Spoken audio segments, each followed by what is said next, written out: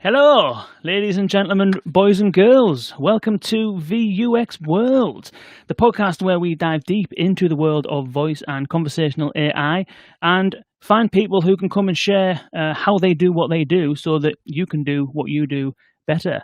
I'm joined, as always, by the infamous Dustin Coates. Dustin, how do? Kane, it's going well. How about yourself? Very well, thank you. Not too bad. It's it's going all right. I've had a bit of a nightmare in terms of my setup over the last few days, which I'll tell you probably a bit more about in a bit. But other than that, pretty good. How is Gay Paris? It's going well. It's going well. We've had some works in our bathroom this week, so work from home has been a bit of an adventure. But I think you're going through the same thing as well, so you know how it is. The exact same thing. If there's any clanging or banging or dog barking or loud noises, then it'll be my bathroom being done. But you probably won't hear that because the goods haven't arrived, so there's no one actually here today. So yeah, you shouldn't do. But yeah, I'm excited for today because we're joined by another returning guest today, Charlie Cadbury. An alumni, yes, an alumni. Very few alumni, actually, have been on the podcast. And so, Charlie, it is an honour to have you back, and welcome back to VUX World. It's great to be back, Kane. Nice to be by your side again. Yeah, I feel as though we haven't seen each other for ages. I mean, usually we're kind of like... I mean, is it just me, or am I getting a bit of issue with this video? Are you seeing a bit of a messy video, Dustin? Looking all great to me. Oh, okay, cool. That must just be me. That's cool. Yeah, Charlie, we usually are, out and about at various events and sharing crazily looking green shots of some description. Sherlock Kane, we are on the board together. So you are in our living room. There is a massive cup. The Alexa Cup 2019. Yes. Your name is on that cup. Indeed. A guest part of our winning team. Indeed. A fun journey. But you couldn't actually come to New York to go and raise it with us. I couldn't because I was on a cruise, yes. I was on my brother-in-law's wedding cruise where I was mostly being seasick, but we had fun nonetheless. And I was going to say we were heading that way. We headed that way briefly and then went down over the Bay of Biscay and got ourselves caught up in a relatively large swell, which didn't bode too well for me, put it that way. I would have kind of, in parts, preferred to be on stage sharing the stage with you and Sander and Joe collecting that award. But yeah, no, it was good. It was good. Narrowly pipped to the post. It was, wasn't it? Yeah, we got beaten by Barbie. Shocking, that, isn't it? Yeah. But here we are again on the podcast. And what have you been up to then, Charlie, since the Alexa Cup last year? What's been going on with Sayit now? So a roller coaster. So the Alexa Cup was really good for us, and it allowed us to firm up the proposition that we took to the Alexa Cup, which was a platform for allowing marketplaces like Laundry Heap or Sitters.com to allow their services to be booked via smart speaker. And we raised some angel cash, some kind of early seed money for our business against that proposition. But in April this year, we were just all kind of hunkering down into lockdown, and people were deciding to maybe take a more cautious view of the projects we were jumping into. And we saw there was a competition being run by Innovate UK, which is the UK's innovation agency. And they were specifically looking for innovative solutions to economic challenges that were going to be caused by COVID. And so we put a response in, and we won that. I can go. Do you want to go into exactly what this was? Why not? Yeah. Well, I will preface this briefly by saying that Innovate UK had a record number of applications. I know lots and lots of people that did put bids in and put applications in that were not successful, obviously, because there's only a limited number of applications that can be accepted. And so I think before we get into it, it was very what's the word I'm looking for? Fortunate. It must have been a good idea, which I'm sure we'll hear about, because there was a shed ton of applications and there wasn't very many winners. So congratulations in doing it. Thank you. Yeah, well, I think the trick was to kind of find a problem big enough and then try and deliver something. What they were looking for is early to market innovative concepts which would have been hard to get funded elsewhere. And having raised kind of money from external investors, they want to see some kind of in-market proof points, and we were looking to do something which didn't necessarily have those, so fitted that criteria quite well. And what we looked at was the problem with charity donations. So in the UK, on an average year, there's about £10 billion worth of donations which are given to charities, and that was predicted to be down by £4 billion this year because of COVID. So usually charities, they do a lot of fundraising around their events, so events like marathon and other fundraising events weren't going to go ahead specifically because of COVID. And what we wanted to test was whether we could prove that voice was a viable donation channel for these charities, and it was built on top of two specific innovations within this customer journey. The first one being the ability to deliver highly targeted in-stream audio ads. So we ended up partnering with Global, which is Europe's biggest radio company. They have radio stations like Classic FM, Heart, LBC, and about 300 others. And over the last year or two, they've developed the ability to deliver adverts which you only hear if you're listening on a smart speaker. So if you're listening to Classic FM in your car, you wouldn't hear these radio ads. And if you're listening on a smart speaker at home, you will hear these radio ads.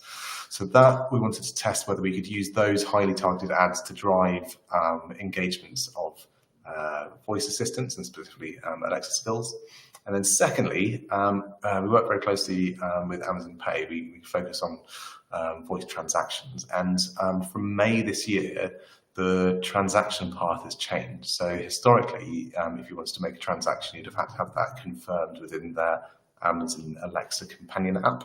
But if you are a one-click checkout user within the Amazon environment, you now can complete a transaction all within the voice channel, so just using voice permissions. And so we wanted to tie these two things together and see whether we were going to be able to create campaigns for charities in order to drive those donations. Cool.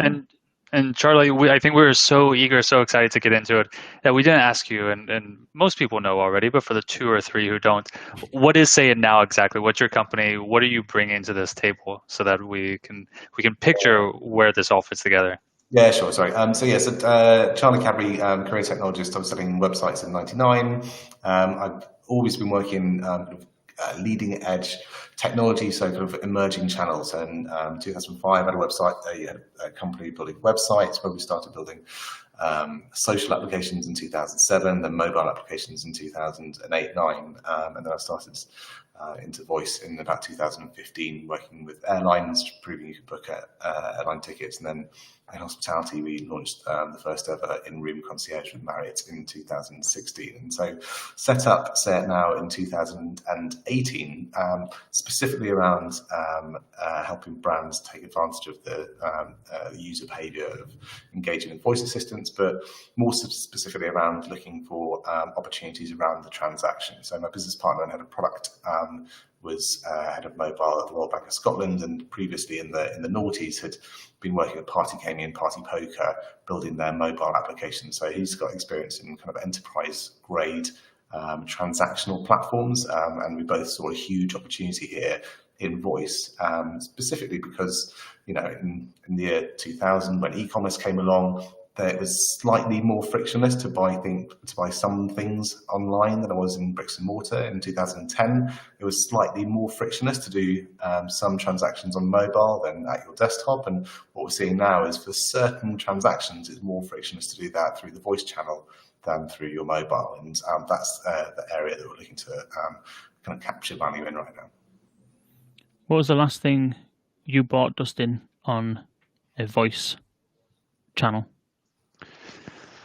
Putting you on the spot now. Nothing. I've never bought anything on a voice channel. Really? No, I know you buy the poop bags. I buy all sorts, yeah. What about you, Charlie? What's the last thing you bought? Apart from donating, obviously, to God knows how many charities throughout all of the testing that you must have been doing through this period, which I'm sure we'll get into. But aside from that, what was the last thing you bought? I book Ubers, I book taxis. So for me, that's the use case that I use for. Nice.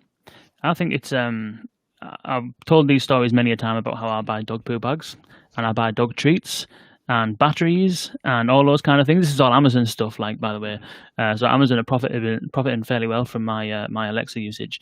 But did you come across the Voxley study, the COVID lockdown Voxley study, or not? You probably come across it.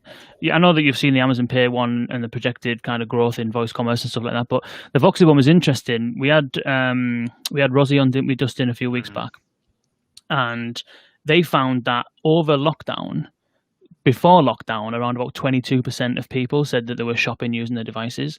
During lockdown, obviously because of everyone spending more time indoors using the smart speakers, usage shot up. 33% apparently of people have shopped on their devices. Smart speakers in particular, rather than just voice devices in general. And so it seems as though the kind of the behaviour is starting to get there, starting to kind of come about, and I'm assuming that the idea of this kind of initiative is to make that kind of donation process as seamless as possible. We'll get into the ads and the ad side of things and the tracking and stuff like that, but briefly speaking, before we kind of get into that, what was the current state of play with the charities that you're working with in terms of their capabilities on Alexa? I'm assuming it was Alexa first.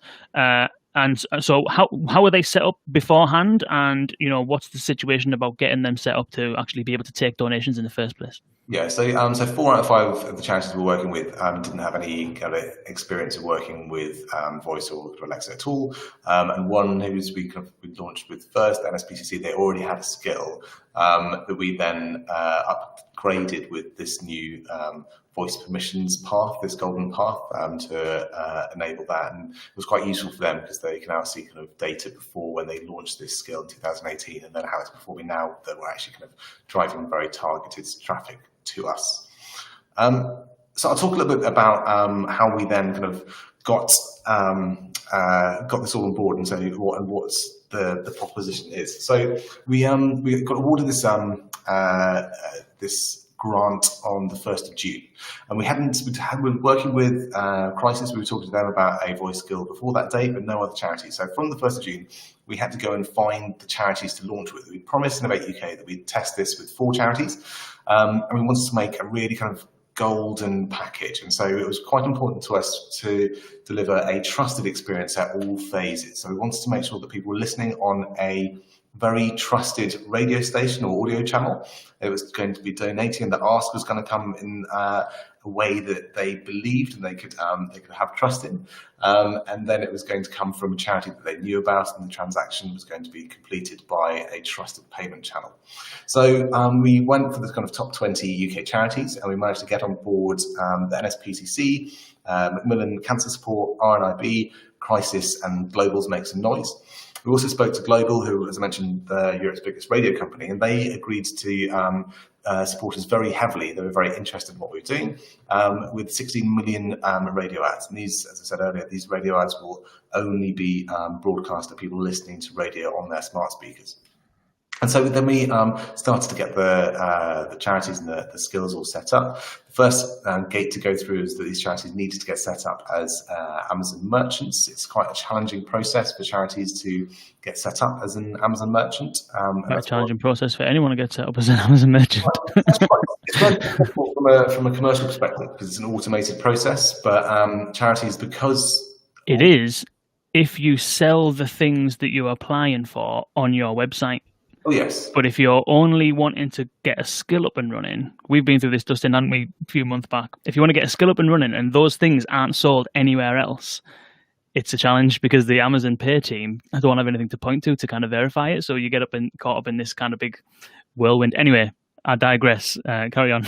Hopefully, that's not the case for most of our kind of future use cases. So, but for charities, because it's an at-risk category, then the compliance team really needs to get involved. So it's taken a little bit longer to onboard some of the charities to Amazon Pay that we like. But we, as I said, we wanted to get a trusted advert out there. So we've asked all the charities to deliver us a famous ambassador. So for example, with the NSPCC, we've got Martin Freeman to record the radio ad. You may remember him from The Hobbit and many other films. And there's also an opportunity to deliver these very contextually relevant ads. So we know that people are going to be listening at home. The NSPCC ad says, look, what are you doing at home? You're tidying up, you're baking. Not all homes are this nice, and possibly even some on this street. The NSPCC runs a Childline, and they get a call every 25 seconds. We need your support now more than ever. If you'd like to support, please ask your device to open NSPCC, and that then goes into the golden flow where you say donate £10. Alexa says, I heard £10, I can take that from your Amazon Pay. Is that okay? You then deliver a positive intent. Yes, yep, okay, sure. And that payment then goes through.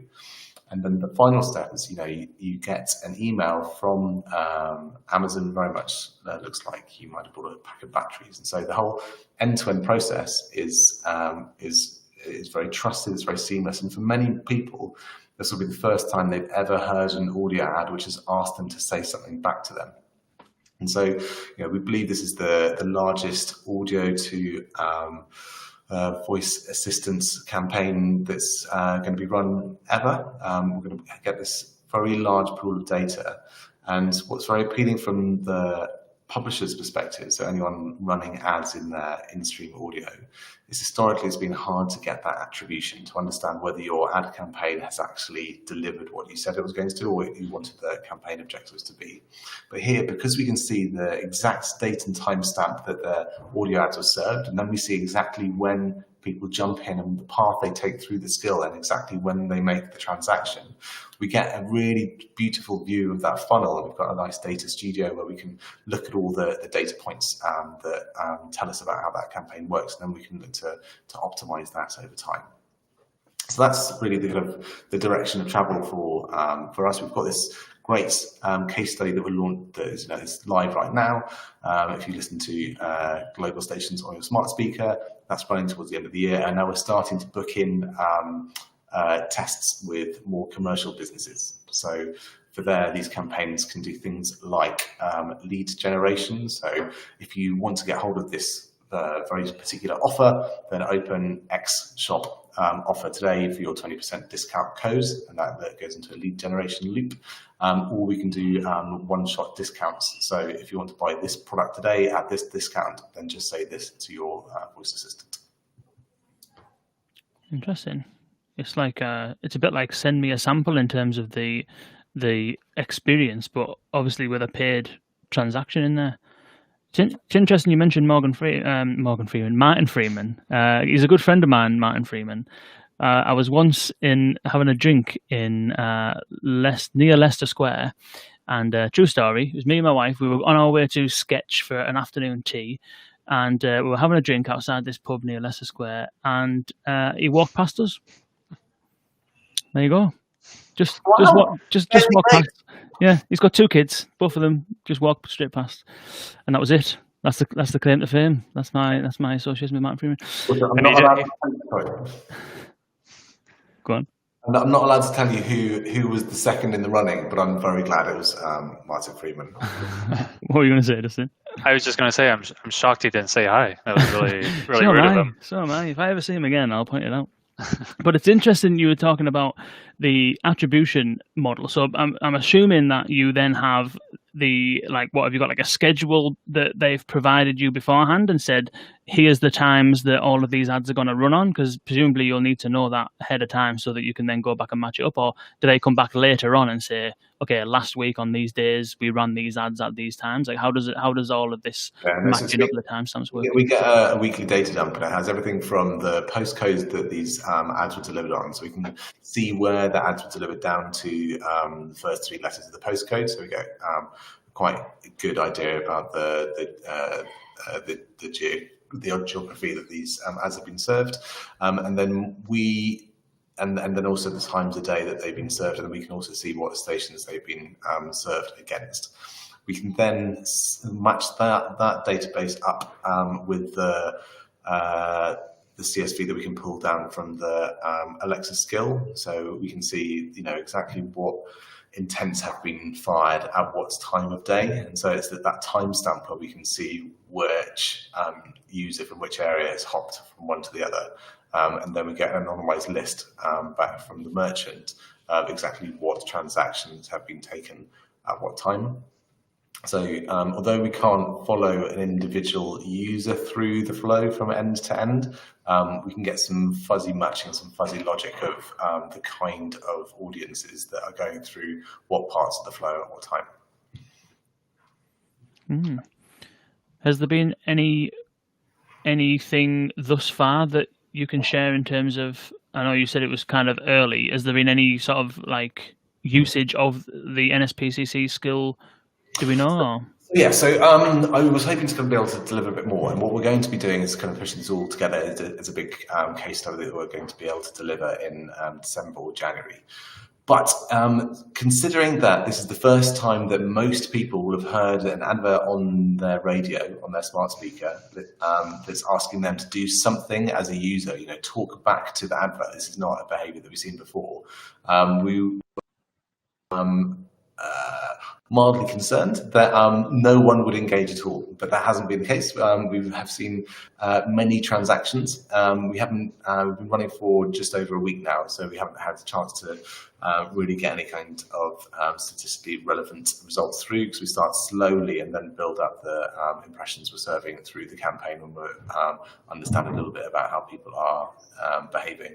But we've got another hypothesis, because this is so new, that if you are somebody that listens to Heart FM, say, on a daily basis, then over this first 4-month period, you'll start to hear ads which are asking you to do something in return, and that will normalize that kind of behavior as a response.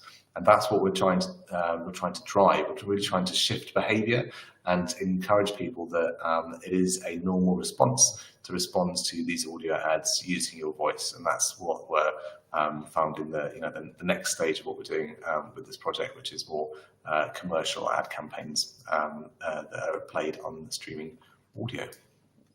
So you would almost expect over time conversion rate to go up as people hear it more often.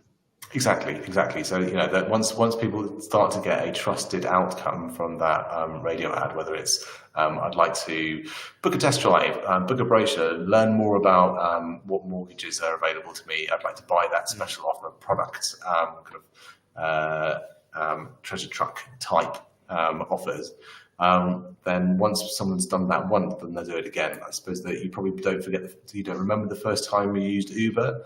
But once you did it once, you knew that was a trusted kind of path. It was far easier to do again. So we're just trying to get people to do something once, respond once to an audio ad, and then that becomes a behavior. It'll be interesting to see how long it takes, sort of thing. Like, how many times does it take for someone to be told that they can do this, to build up, like, yes, one thing is the trust, but one thing is just like the willingness to explore. Do you know what I mean? Because it's like often you'll hear an advert and you'll think, oh, that's interesting, but then you won't really do anything about it. And a lot of that might be that there's friction inherently in what the ad is asking you to do. Book a test drive today. Like, that's just the worst call to action ever, because it doesn't tell you where to go to do it, Whereas in this situation, it's contextual because you're listening to it on your smart speaker. You must be in the vicinity of it, otherwise you wouldn't be able to hear it. And it's giving you, presumably, I mean, I've heard the ad, and we'll have to try and find it actually and see if we can play it. But it's giving you a very clear and explicit kind of instruction about what you can do or should do if you want to go ahead and do this. So I'll be interested in seeing how often, like, how many times does it take for someone to actually hear it and then do it? Will they just hear it once and think, yeah, I'm up for it, or will they need kind of like warming up? You know what I mean? See, the good thing about partnering with someone like Global, who've got kind of vast experience in running these audio ads, is they have a whole load of understanding about how many times someone needs to hear something in order to A, have recall, and then B, do the call to action. So they know roughly how this works, but we're delivering them another layer of granular data as to exactly how this works. But the good thing about this above, say kind of a pre-roll ad on YouTube, you'll see the ad, and if you don't click on it there, it's gone forever. Whereas if we can leave like an advert earworm, so something which says, look, this is an important thing to do. When you're ready, just say, Alexa, open NSPCC. And we can leave it in a way that sticks with you. Then you might be able to then go back later and go, geez, you know what I heard earlier? I wonder if that still works. And because the skill sits there beyond when you've heard the ad, then you can then go and transact on that call to action at any point in the future. And it's that kind of latent advertising or latent kind of call to action that we think is quite interesting here. Charlie, can you explain that a little more detail? I'm not sure I quite follow. You're saying it's different from a YouTube ad and the fact that it sticks with you. Can you elaborate a bit more on that? Yeah, sure. So if you play a YouTube video and you have an advert which is there for say 15-20 seconds that you can engage with, you click there and you go to that microsite, and then you're in that sales funnel. If you hear a radio ad, you're encouraged to then engage with that skill at that moment, but you can go back later that afternoon or the next day and just say open NSPCC to your skill, because the skill's always going to be there. I mean, you might remember to remember that URL of what you saw on the pre-roll, but it's more likely that you'll remember to go back to that audio ad if you can encourage the user that there's that kind of experience waiting behind it.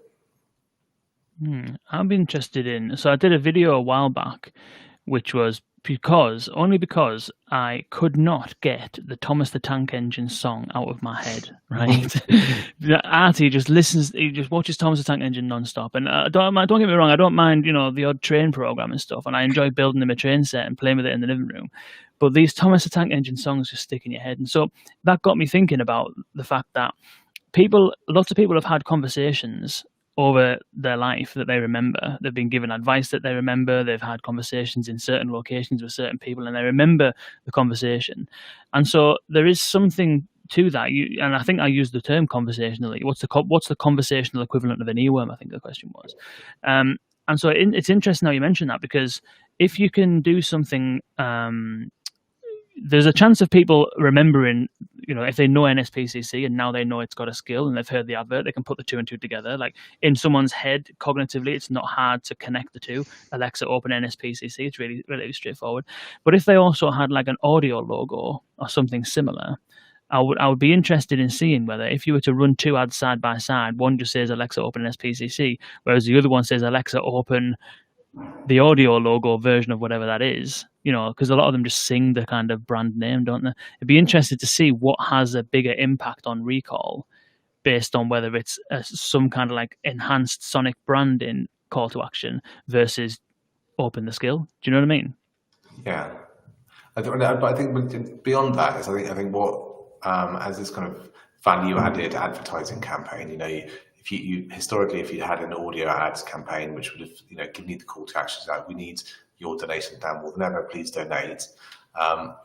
Because we're building an asset or a channel to donate, they can then use that kind of lives beyond that ad campaign, and they can fire traffic towards it using their own media. So they can back on their website, put on their socials, and then put in email campaigns, and people can still go back there. Good use for the quick links, isn't it? Once that comes out of beta, that'll be quite a nice kind of use of that. Yeah, that's interesting. It's interesting. It'd be interesting to see what happens, because you're right on a whole number of fronts. One is it's going to be an easier way for people to donate in the first place, and so you're getting around the lack of like a personal presence for charities, because I know a lot of them, they do like the canvassing or whatever, and they have like a presence in physical locations and that.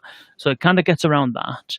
It adds the kind of, or removes rather, friction from online donations. If you think about the amount of Just Giving pages that are kicking around, and you see the post on Facebook and whatnot, and it's always clunky. Using the website, the more you use your voice, using the website just becomes more and more clunky. You know what I mean? So, and also the fact that I think people will generally now be so kind of empathetic, even more empathetic towards charities than they ever have been, because they'll understand how hard this period has been for them personally, and naturally will then, it's obvious that it's been a hard time for charities, and so if you can, why wouldn't you kind of want to support them, Yeah, I mean, and to add there's a few more kind of macro layers on top of that. People have been sat at home, so they have been listening to, or they're trusting their smart speaker more. Do you remember that was that COVID?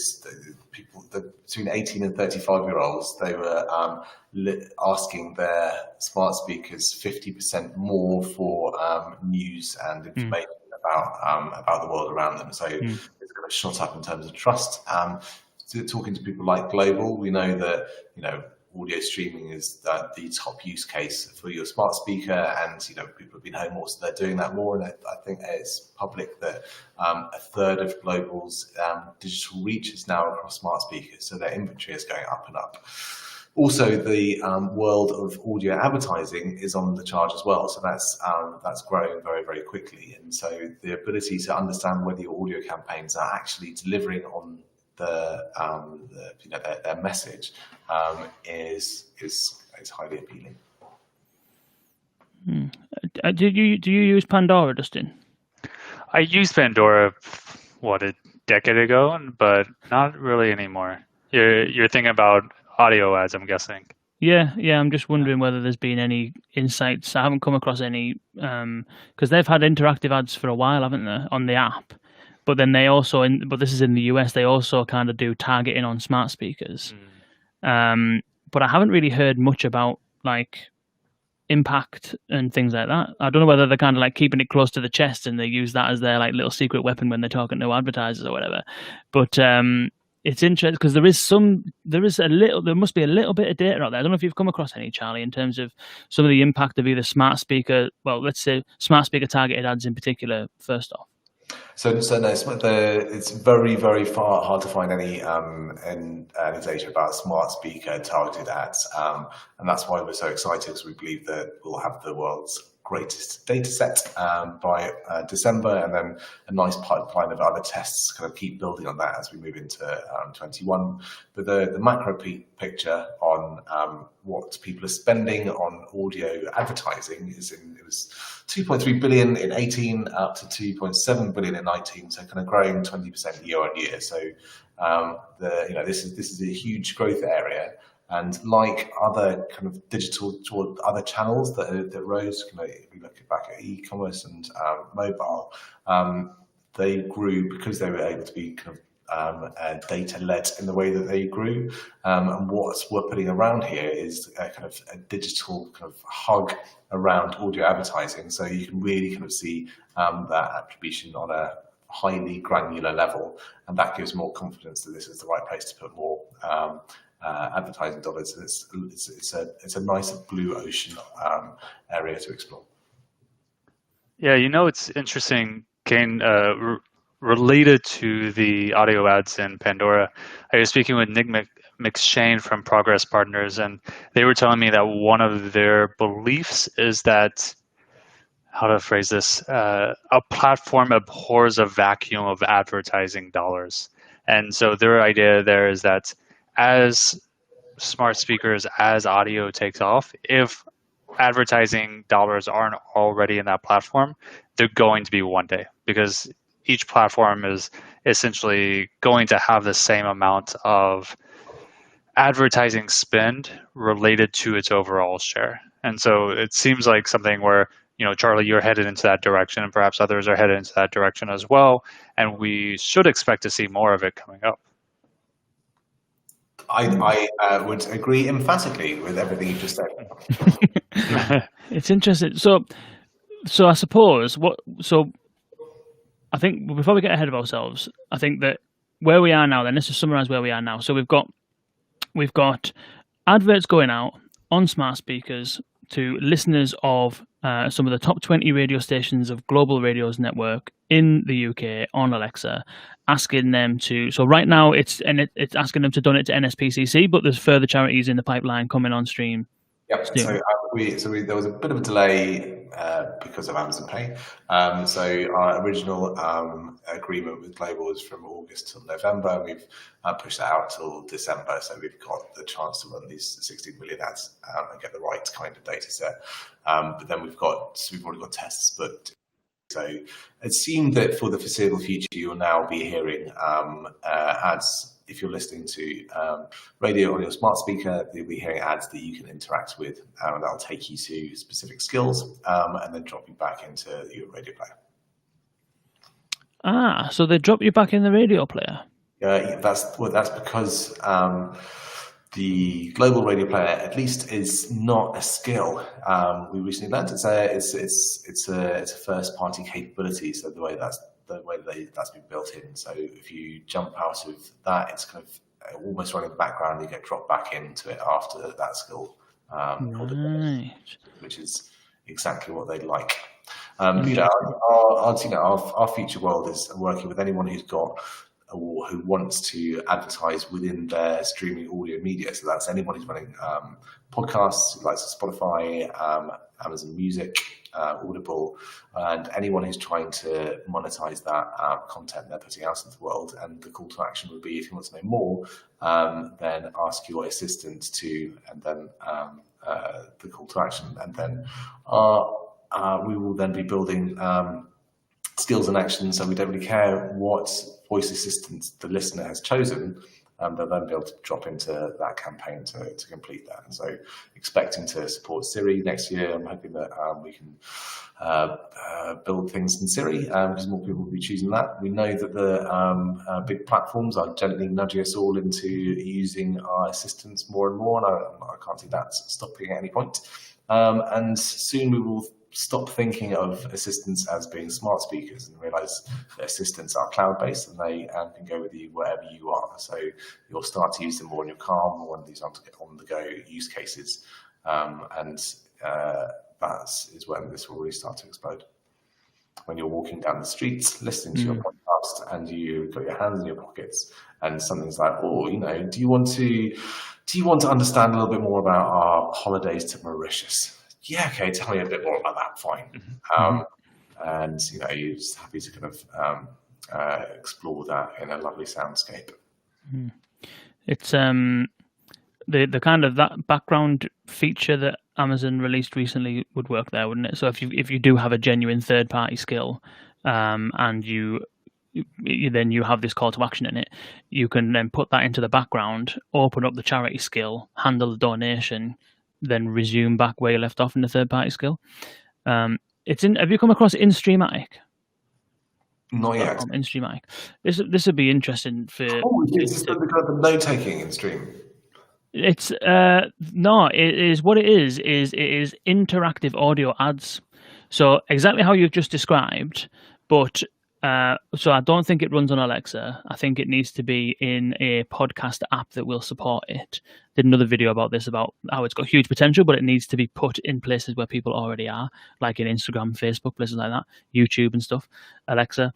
But essentially what it does is it's an interactive ad serving platform where you would serve an ad, but instead of asking them to open a skill, which takes them away from where they are, essentially it will ask you to respond to the advert there and then. And so I think the features that it has now, I don't know if it can do SMS texting off the back of hearing the advert, but it can definitely do, like, you can interact with the advert deeper. So here is, this advert. Do you want to know more about it? Yes, I do. Here's a bit more information. Have you got any questions? What about this? Well, there's a question answered. And then you kind of hop back out of that and then go back to whatever you're doing, listen to your podcast or whatever it might be. So they're kind of onto something similar, but I don't think they've worked it into the voice ecosystem. I think it's specific for certain types of apps, I think. Something like that. I think, for us, it's relatively clear that people will have a chosen assistant and they'll be happy to go and engage within that environment and have their payment details, their calendar, everything kind of linked up to run their life from there. And that's the area you want to drive people to if you want them to do a purchase or leave their details or book an appointment, all these kind of end goals for an advertising campaign. So that's our direction of travel. And Charlie, I have a question, maybe a specific, getting into the technical details. So the radio is first party audio, makes a ton of sense. And then the charity portion, is that a third party skill that you've built here? Yeah. So that's a third party skill with the Amazon Pay voice permissions upgrade it. So that was only available in the UK from May this year. So there's not many skills which have this functionality, which means that you don't have to check back in with the Alexa companion app to authorize that payment if you've got one-click shopping enabled. And so my next question then, and maybe that was just the answer, why did you decide to go with Amazon Pay versus a ISP? So because we've got a good relationship with Amazon, and it was an easy, the most frictionless payment path that we could use to create a payment to a charity. So in-school purchasing didn't feature as an option. I'm not sure. You would need to give them. You probably you might need to give them something in return, might you, in the skill itself or something? I don't know. I mean, technically, but as a charity, I mean, the Amazon Pay generally is for physical goods, so you're already bending the rules a little bit. And I hear you about the previous relationship, because I know, Kane, you and I have maybe derided Amazon Pay a little bit because we struggle with it, but certainly the Amazon Pay team in the UK and in Europe was just absolutely top notch. I think Kane, you would agree with me there as well. 100%, yeah. In terms of like getting the company through the onboarding process and sign up and stuff like that, and then also troubleshooting here and there, they were fantastic. Yeah. Oh yeah. We just had the issue of the fact that this place didn't sell physical things anywhere, but we wanted to use Amazon Pay, and so that it was more on the certification side. That's where there was a bit of an issue, but it was all good. I think because the previous proposition we were building out for was heavily supported through Amazon Pay, maybe we were blinkered not to look through the ISP routes, and that's something that we should. Honestly, we haven't looked. Do you think it still would have been worthwhile to build what you're building if you didn't have that one-click, don't go to the app purchasing? I don't think that it would have been, no. I think that is critical for getting anywhere near the conversion rates we need to see for an initial test. And it was, I think that was, that's one of the big enabling factors that's going to allow this next generation of skills and usage. And I think that if we're able to kind of push a whole load of advertising dollars towards skills, then that's only going to be good for the environment, because it's hard to get people to go back and explore more features and functionality of their voice assistants. And I think if we can use trusted brands and millions of dollars of advertising budget to do that, that's only going to be good for all of us. Interesting. Where do you think that where do you think it's heading then? Like, so I buy things now that are kind of cheap enough, and I don't really need to see them. Don't really care. Batteries are batteries. Don't really care that much. Dog poo bags. Dog poo bags. Most of them are biodegradable. You don't really have to look too much at it. Dog treats, he'll eat absolutely anything, so he doesn't really he doesn't care what he gets. And so I tend to, and I'm up for if the timing is right. If I was served an ad like that, not just for charity donations, but for other things that I might have a need for at the time, then I'd be quite happy to make the purchase. Some people, the pushback I've heard on kind of like on voice commerce has been things around, I want to be able to see it. I want to kind of see what I'm purchasing. And I think that trust is one thing. Maybe we're at a stage where people might not be comfortable spending $5,000 on via Alexa quite yet. Get away, there's a fly in here. But what are your kind of thoughts in terms of like the voice commerce space in general, where it is now with people happy to transact potentially with low risk, kind of like low value items, and where do you think that's kind of like heading to based on either some of the early data that you've seen from this recent project, or generally just from your kind of knowledge and awareness of where things are at?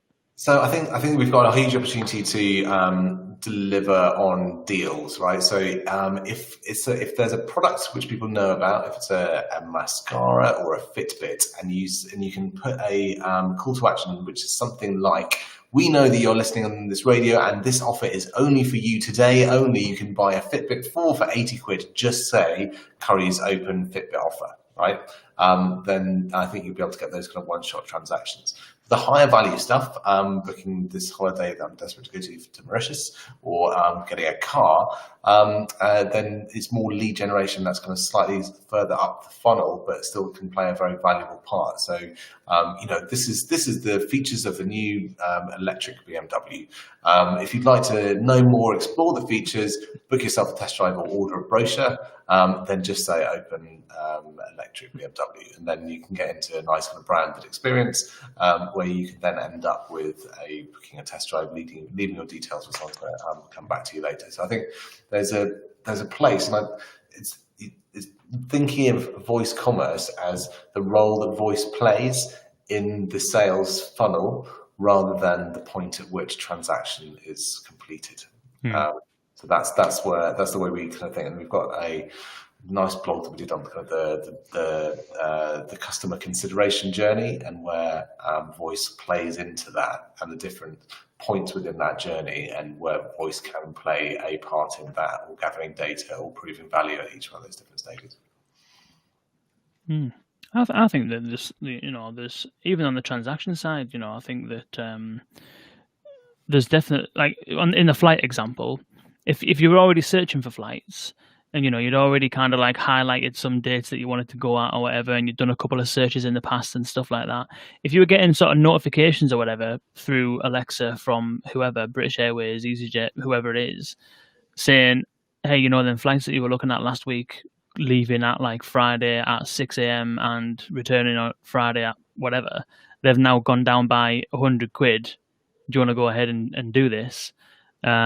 I think right now, I think the more likelihood is that would end up being like a text sent to your phone that would then ping you into the app or whatever. But I can still see that having potential in the future. If you've already kind of done your research elsewhere, and you kind of broadly speaking know what you want, and you don't really have to see the thing to validate it or whatever, I can see a time where people would be willing to spend a little bit more. Yeah, I can see that, but I can't see that from an ad campaign perspective, where it's more kind of globally kind of trying to gather the initial responses. Yeah, in the moment kind of action rather than. I think at the moment we're looking for those kind of what we can lead people to very much as a direct response to the campaign, and that's where we're going to be able to get lots of advertising dollars spent, and pushing people into using these assistants more and more within that journey. Nice, wicked. Well, good luck. I think we'll have to do this again when the data's through, and what is it? December? Did you say December? You're looking at? December we'll have a massive pile, so it's a bit busy in December. So I reckon January time we'll be reporting this back to the world, and that'll be sharpening our pencil for our massive plans in 21. Nice. Well, we'll be glad to have you back to see some of the results. It's always fun. It's always fun, Kate. Good. You might be the first guest to complete the trifecta. Wow. The podcast in every year since we launched. Well, that'd be nice. So there you go. Yeah, cool. So you've mentioned a couple of things. You've mentioned things around, there'll be a case study out there. You've mentioned a couple of articles and things like that you've kind of put together. Where can people go ahead and read those, follow what you're doing, and kind of follow the journey? Yeah, so all of that is on our website, which is sayitnow.ai. You can follow me. I'm on Twitter at Charles Cadbury or at sayitnow_AI. Cool. Say hi. Reach out. I'm a friendly chap. Any final thoughts, Dustin? No, this was great. Thanks so much, Charlie. Thank you very much for having me. It's been good. I think one thing that I have, I was thinking about this quite a bit, and what I think is unique about this that I quite like is essentially, usually, kind of behavior is changed gradually over time, and it's usually the people who have got big budgets, and it's usually in the company's interest for them to change your behavior. If you think about EE or your phone network or your broadband provider or all those kind of things, they use these nudging techniques to change your behavior. You won't get paper bills anymore because when you sign up, the default is that. Is this Winston? No, it's Winston. Give me a sec. Winston. Yeah, boy. Hello. Say hello. What are you doing on here? Here he is. You won't get you won't get paper bills anymore because they'll default that to being paperless. They'll just nudge you in the direction that they want you to go to. The government do it all the time. All the big companies are trying to change people's behaviors because normally it's kind of in the best interest of the user. It's also in the best interest of the company. The company saves money, the user saves on post, or whatever the case may be. But you don't often see situations where, like, a startup is able to get themselves in a position where they're able to influence people's behavior. In this context, which is kind of what's happening. You've gone out and got the funding, you've assembled the partners together, you've kind of put the plan in motion, and you've kind of on the kind of path to, on a pretty large scale, reaching, if there's 16 million adverts served, that could well be, 1.6 to 2 million donations that come through the doors, which would be a huge impact.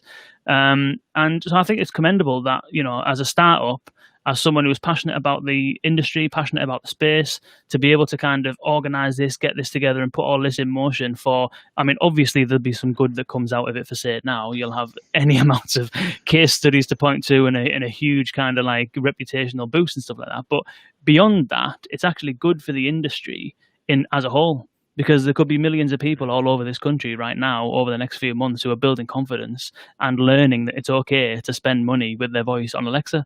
And so that's the thing I like most about it, is that it could be a large scale changes put in place from a two-year-old startup, which I think is commendable.